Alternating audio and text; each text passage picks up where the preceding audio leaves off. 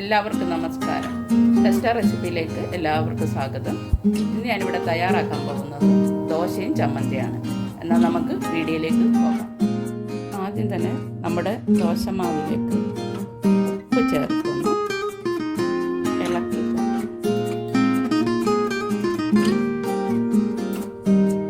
ദോശമാവ് നന്നായിട്ട് പൊടിച്ചൊക്കെ വന്നിട്ടുണ്ട്. ഇതൊന്നും ഇളക്കി മാറ്റി വെക്കാം.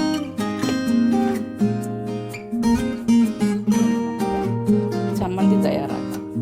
അതിനായിട്ട് ഞാനൊരു മിക്സിയുടെ ജാറിലേക്ക് 1 കപ്പ് തേങ്ങയാണ് ചേർക്കുന്നത്. അതിൻ്റെ കൂടെ തന്നെ 3 പച്ചമുളക്, 1 കഷ്ണം ഇഞ്ചി, 2-3 കറിവേപ്പില, കുറച്ച് ഉപ്പ്,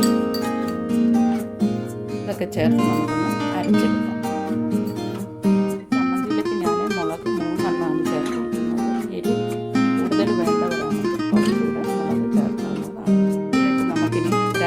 വെള്ളം കൂടി ചേർത്ത് അരച്ചെടുക്കും. ഞാനിതിന് പുളിയായിട്ടൊന്നും ചേർത്തിട്ടില്ല. ഇത് നമുക്ക് അരച്ച് കഴിഞ്ഞിട്ട് കുറച്ച് തൈരും കൂടി ഇതിൽ ചേർക്കാം. നമുക്ക് പുളിക്ക് പകരമായിട്ടാണ്. അങ്ങനെ നമ്മുടെ ചമ്മന്തി ഞാൻ അരച്ചുകൊണ്ട് വന്നിട്ടുണ്ട്. ഇതിലേക്ക് നമുക്ക് കുറച്ച് തൈര് ചേർത്ത് ഇളക്കാം. ഞാൻ ചമ്മന്തിക്ക് ഇത്രയും വെള്ളമേ ചേർത്തിട്ടുള്ളൂ. നിങ്ങൾക്ക് ഇതിലും ലൂസായിട്ട് വേണമെങ്കിൽ കുറച്ചും കൂടി വെള്ളം ചേർക്കാവുന്നതാണ്.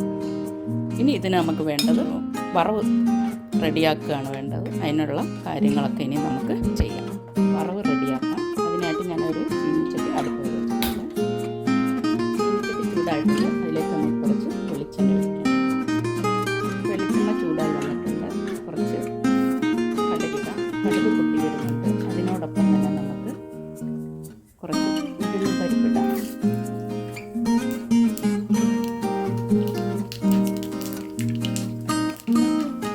വറ്റൽമുളക് കൂടെ തന്നെ കറിവേപ്പില ചേർത്ത് വെക്കാം.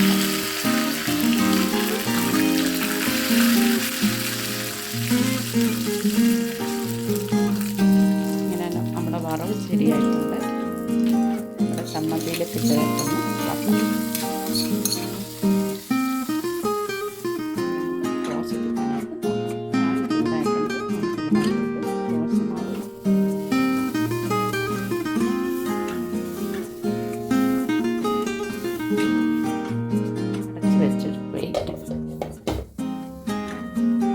ദോശയുടെ ഒരു ഭാഗം വെന്തിട്ടുണ്ട്.